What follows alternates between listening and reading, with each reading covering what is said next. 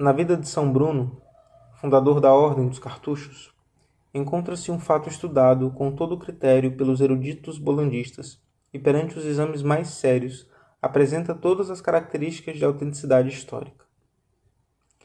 Aconteceu em Paris em pleno dia e testemunhado por milhares de pessoas. Os detalhes foram recolhidos pelos contemporâneos e a época deu origem a uma ordem religiosa. Em 1082, veio a falecer um célebre professor da Universidade de Paris, chamado Raymond Diocles, levando consigo a admiração universal e os lamentos de todos os seus alunos. Bruno era um dos maiores eruditos daquele tempo, conhecido por toda a Europa por sua sabedoria, talento e virtudes. Estava em Paris com 4 companheiros e se sentiu no dever de assistir ao funeral do ilustre falecido. O corpo do finado professor foi acomodado na grande sala da chancelaria, perto da igreja de Notre-Dame, onde uma imensa multidão velava o suntuoso leito em que, segundo o costume da época, o morto era exposto, coberto apenas com um simples véu. No momento em que deram início ao ofício dos mortos, que começa com a inquirição, respondei-me quão grandes e numerosas são vossas iniquidades.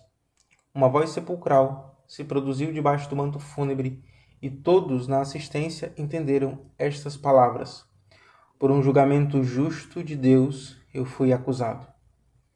Precipitaram-se em direção ao leito, levantaram a mortalha, e o pobre morto estava lá, imóvel, gelado, perfeitamente morto.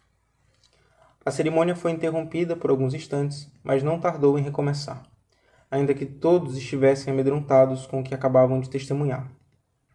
Então retornou-se o ofício, e mais uma vez, na citada inquirição, respondei-me. O morto, aos olhos de todos, levantou-se e com uma voz tão intensa quanto acentuada disse: por um julgamento justo de Deus, eu fui julgado, caindo de volta ao leito.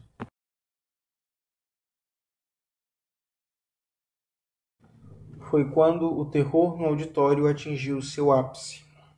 Os médicos apressaram-se a examinar o corpo e constataram novamente a morte. O cadáver encontrava-se gelado, rígido. Não havendo quem tivesse coragem de continuar a cerimônia, postergaram-na para o dia seguinte. As autoridades eclesiásticas já não sabiam mais o que fazer. Alguns diziam: é um condenado indigno das preces da igreja. Outros duvidavam: de fato, tudo isso é deveras intrigante. Mas não seremos todos acusados, depois julgados por um julgamento de Deus? O bispo partilhava desta opinião. No dia seguinte, o serviço funerário recomeçou no mesmo horário.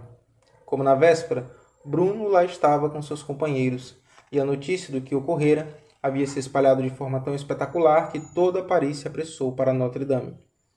Então, novamente, recomeça-se o ofício, e no momento da inquirição, respondei-me, o corpo do Dr. Diocles se pôs sentado para dizer com um indescritível sotaque de terror que a todos paralisou. Por um julgamento justo de Deus, fui condenado, caindo, mais uma vez, imóvel a abraçar o leito. Não havia mais dúvidas. Constatado o terrível e extraordinário fato, nenhuma prova era mais necessária. Por ordem do bispo e do colégio, retirou-se do cadáver suas insígnias e suas dignidades, para que fosse lançado em vala comum. Ao deixar o grande salão da chancelaria, Bruno, que à época tinha aproximadamente 45 anos, decidiu abandonar definitivamente o mundo e, junto com seus companheiros, procurou nas solidões da Grande Cartucha, perto de Grenoble, um retiro onde pudesse buscar o caminho da salvação e se preparar para o justo julgamento de Deus.